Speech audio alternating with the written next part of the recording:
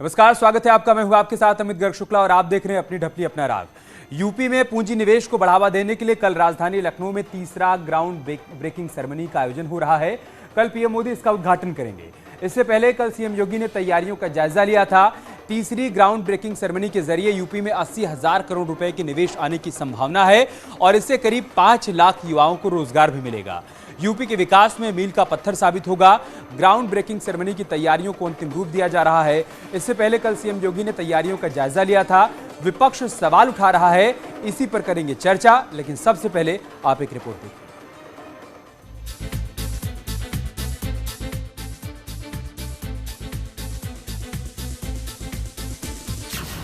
UP में तीसरी ground breaking ceremony की तैयारी। ग्राउंड ब्रेकिंग सेरेमनी पार्ट 3 में शामिल होने के लिए लखनऊ आ रहे प्रधानमंत्री मोदी मेन हॉल में जाने से पहले इस हॉल में आएंगे। इस हॉल में खास तौर पर एक प्रदर्शनी लगाई गई है जो अलग अलग कंपनियों की ओर से लगाई गई है। कल लखनऊ में पीएम मोदी करेंगे उद्घाटन।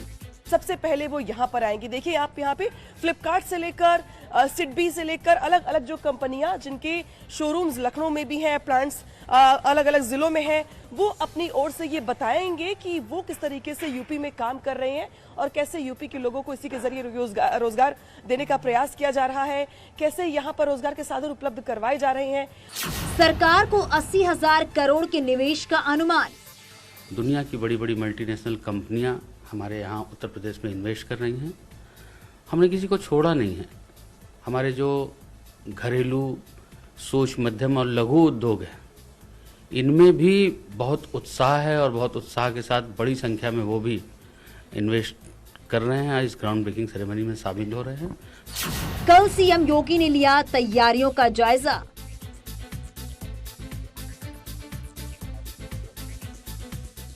आज सीएम आवास पर डिनर का आयोजन, बड़े उद्योगपति होंगे शामिल।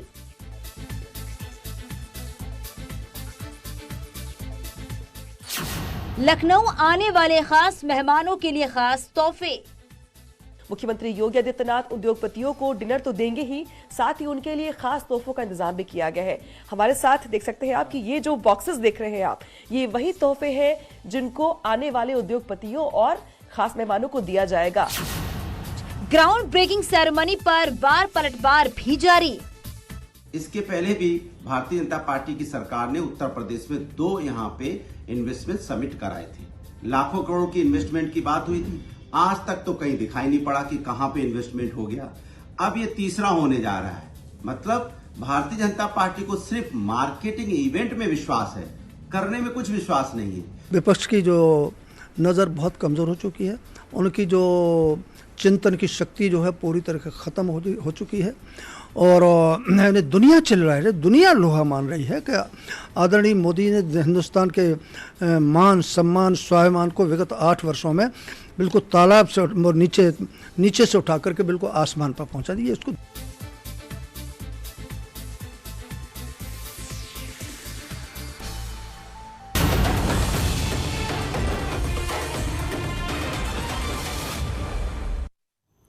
और इसी मुद्दे पर चर्चा करने के लिए हमारे साथ खास मेहमान भी जुड़ चुके हैं। एस.एन. सिंह साहब हमारे साथ जुड़ चुके हैं, प्रवक्ता हैं भारतीय जनता पार्टी के।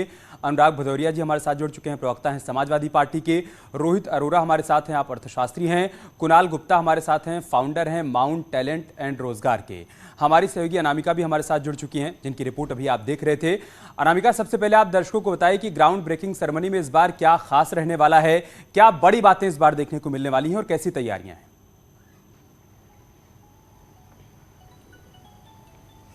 देखिए, ग्राउंड ब्रेकिंग सेरेमनी की अगर बात की जाए तो बता दूं मैं आपको कि यूपी में ऐसा तीसरा मौका है जब लखनऊ में इस तरह का आयोजन किया जा रहा है। हालांकि हर बार यह आयोजन इंदिरा गांधी प्रतिष्ठान में ही हुआ है, क्योंकि वो एक ऐसा प्लेस है जहां पे अलग अलग हॉल बने हुए हैं और एक बड़ा प्लेटफॉर्म है बड़े आयोजन के लिए। तो इस बार भी उसी जगह को चुना गया है। इस बार ये कहा जा रहा है कि 80,000 करोड़ की परियोजनाओं के निवेश को लेकर प्रस्ताव तैयार किया गया है, प्रस्तावित है, जिसमें 1400 कंपनियां जो हैं वो भाग लेने वाली हैं। जो विभाग है उसमें एग्रीकल्चर है, एमएसएमई है, इसके अलावा प्लांट्स है, कुछ बड़ी कंपनियां हैं जिसका जिक्र मैं यहाँ पे कर रही थी। इसके अलावा अगर बात की जाए तो जो बड़े कम्युनिटी है, बिजनेस कम्युनिटी, उसमें अडानी एंटरप्राइजेस है, सीफी टेक्नोलॉजी है, एनटीटी ग्लोबल है, एसटीटी ग्लोबल है, इसके अलावा माइक्रोसॉफ्ट इंडिया है, एबी मॉरी है, इसके अलावा एसएलजीएमजी और बहुत सारी कंपनियां ऐसी जो जिसका मैं जिक्र कर रही थी, 1400 कंपनियों का जिक्र मैं जो कर रही हूं, उसमें अब तक की जो रिपोर्ट कार्ड है यूपी सरकार के पास, जब तक बातचीत चलती रही है, हालांकि हमने ये देखा कि 18 में एक आयोजन किया गया था, 19 में आयोजन किया गया था, लेकिन 20-21 में कोरोना की वजह से ऐसे बड़े आयोजन नहीं हो पाए थे। तो ये तीसरा मौका है यूपी सरकार के पास सत्ता संभालने के बाद, जब ये बड़ा मौका है, जब पीएम मोदी खुद वहां पे मौजूद होंगे। 47 ऐसी इंडस्ट्रीज हैं और ऐसे बड़े घराने हैं, औद्योगिक घराने हैं जिनको इनवाइट किया गया। हालांकि मैंने पूछा भी औद्योगिक मंत्री से कि भाई इनवाइट तो आपने 47 लोगों को किया है, लेकिन आ कितने रहे हैं? तो उन्होंने कहा कि कल जो चेहरे देखेंगी आप, उसको देख के हैरान रह जाएंगी। यानी कि यूपी सरकार की जो तैयारी है वो ये है कि एक बार फिर से ऐसे आयोजनों के जरिए निवेशकों को आकर्षित किया जाए यूपी में, और ये बताया जाए कि देखिए सबसे बड़ा स्टेट है, सबसे बड़ी आबादी वाला राज्य है, सबसे बड़ा बाजार है आपके लिए, नौजवान आपको मिलेंगे यहाँ पे पढ़े लिखे, तो आपको यहाँ पे वर्कर मिलेंगे, कर्मचारी मिलेंगे, सब कुछ मिलेगा, एक माहौल भी मिलेगा, और इसी माहौल के जरिए यूपी के विकास को भी पंख लगेंगे, साथ ही यहाँ के नौजवानों को रोजगार भी मिल सकेगा। बहुत शुक्रिया अनामिका आपका हमारे साथ जुड़ने के लिए और विस्तार से तमाम जानकारी हम तक पहुंचाने के लिए। सिंह साहब, देखिए पहले इन्वेस्टर समिट हुई, ग्राउंड ब्रेकिंग सेरेमनी भी हो रही है। भदौरिया जी कह रहे हैं कि बार बार आप लोग इस तरीके के आयोजन तो करते हैं, सपने भी दिखाते हैं, लाखों के एमओयू भी साइन होते हैं, लेकिन जमीन पर कुछ दिखता है नहीं।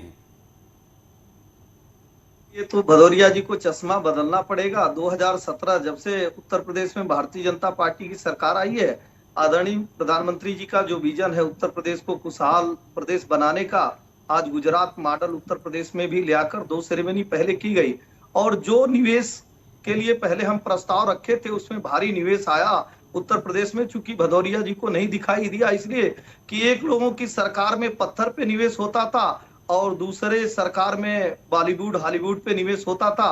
उत्तर प्रदेश में जनता की सरकार है और जनता के विकास के लिए निवेश हो रहा है, जनता की खुशहाली के लिए निवेश हो रहा है, ताकि उद्योग धंधों को बढ़ावा मिले।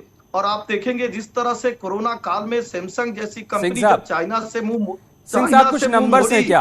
अगर आप वो बताएंगे तो भदौरिया जी के लिए भी जवाब देना आसान होगा और दर्शक भी आसानी से समझ पाएंगे। जहां तक मुझे याद है, जो पहला इन्वेस्टर समिट हुआ था, 4,28,000 के एमओयू साइन हुए थे, उसमें से कितना निवेश धरातल पर उतरा है? अगर आप वो नंबर्स बता पाए तो सहूलियत होगी सबके लिए। देखिए 3.5 लाख करोड़ का निवेश उत्तर प्रदेश में हुआ, जो पहले उसमें था, जिसमें नोएडा प्राधिकरण के तरफ से 23,285 करोड़ का हुआ और एमएसएमई के माध्यम से 850 करोड़ का हुआ। और मैं बताना चाहूंगा, सैमसंग जैसी कंपनी पहली बार जब चाइना से मुंह मोड़ती है और भारत के तरफ रुख करती है, वो भी नोएडा में अपनी कंपनी लगाती है। और भारत डायनामिक्स लिमिटेड जो झांसी में, वो भी इसी माध्यम से निवेश करती है। डिफेंस कॉरिडोर के जो 8 नोड बने हैं, चित्रकूट, झांसी, कानपुर, लखनऊ, वहां भी भारी निवेश हुआ। और उत्तर प्रदेश में पहला डेटा सेंटर जो बना उत्तर प्रदेश में बना। इसी पॉइंट पर रिएक्शन ले लेता हूं, भदौरिया जी, आपका सवाल ये था, हमने जो बाइट चलाई उसमें कि कहीं कुछ दिखता है नहीं। आप सिंह साहब तो बता रहे हैं कि देखिए 3.5 लाख करोड़ का निवेश हमने दिखा दिया जो कि धरातल पर उतरा है। आपका रिएक्शन? देखिए, मैं बस इतना जानना चाह रहा था कि 3.5 लाख करोड़ अगर इनकी बात मान लें तो 4.5 की बात करते हैं, 3.5 लाख की किया, हालांकि किया तो 1 लाख भी नहीं है, कहीं दिखाई देता नहीं। अगर 3.5 लाख करोड़ का इन्वेस्टमेंट हो गया होता तो उत्तर प्रदेश में रोजगार की कमी नहीं होती।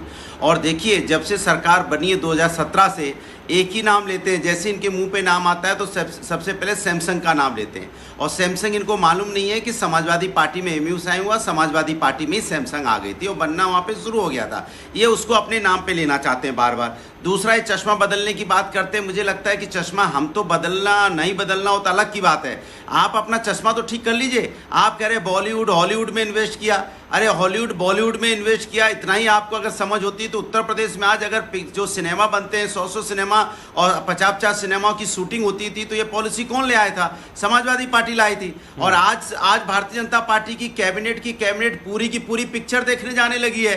तो हॉलीवुड हमारा बताओ कब कैबिनेट पिक्चर देखने गई है? पूरी की पूरी कैबिनेट कब पिक्चर देखने गई है? आप तो पूरी सरकारी पिक्चर देखने बैठ जाते हो, दूसरों की बात करते हैं। तो मैं कहता हूं कि आप बोलने के पहले सोचते भी नहीं कि बोल क्या रहे हो, तो आप बोलो मत जाओ पिक्चर देखने, वो तो बॉलीवुड की पिक्चर है। आप देखते थे और चश्मा इसलिए बदलने के लिए कर रहे हैं क्योंकि आपको साफ नहीं दिखाई दे रहा है, तो ये नुकसान आपको कर रहा है। आपके चश्मे ने आपको कितना नुकसान किया भदौरिया साहब कि 3 चुनाव आप हार गए, उसके बाद भी चश्मा नहीं बदल रहे हैं। मैं कह रहा हूँ चश्मा से मुंह मोड़िए और उत्तर प्रदेश की जनता से नाता जोड़िए, तभी आपका भला होगा। आने वाला है। आप देखिए, आपके समय में जो निवेश होता था उसमें ये माना जाता था कि उत्तर प्रदेश की जनता का फायदा कम हो और परिवार का फायदा ज्यादा हो। आज भारतीय जनता पार्टी की सरकार ये चिंता कर रही है कि परिवार का फायदा कम हो और जनता का फायदा ज्यादा हो। भदौरिया साहब, चश्मा नहीं बदलने से नुकसान भदौरिया साहब को हो रहा है, एफएन सिंह को नहीं हो रहा। मैं आऊंगा आप दोनों के पास, आऊंगा रोहित जी और कुणाल जी को चर्चा में लाते हैं। मैं आऊंगा आप दोनों के पास, भदौरिया जी और एसएन सिंह साहब। रोहित अरोड़ा जी, सबसे पहले आप समझाइए कि इस तरीके के आयोजन से कितना फायदा होता है किसी भी प्रदेश को, किसी भी देश को। यूपी में अब तक जो 2 आयोजन हुए हैं इस तरीके के, उससे कितना फायदा आपने उत्तर प्रदेश को होते हुए देखा है? रोहित जी।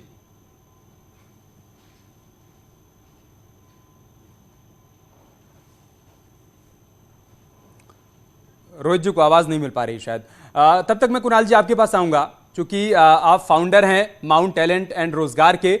तो मैं आपसे समझना चाहूंगा कि इस तरीके के आयोजनों से जो स्टार्टअप कंपनियां होती हैं या फिर जो स्थापित कंपनियां होती हैं उनको किस तरीके का फायदा मिलता है, और जिस भी स्टेट में ऐसा आयोजन होता है उस स्टेट को, स्टेट के लोगों को किस तरीके का फायदा मिलता है?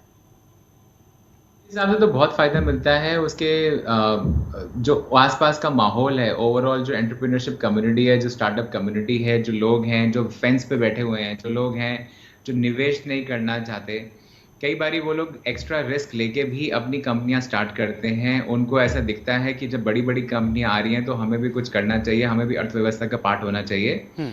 और एक जो ओवरऑल जब आप माहौल बनाना चाहते हो ना, तो आप कुछ 5, 6, 10 एक्स्ट्रा इंसेंटिव्स देना चाहते हो बिजनेसेस को कि वो अपना बिजनेस आगे बढ़ाएं।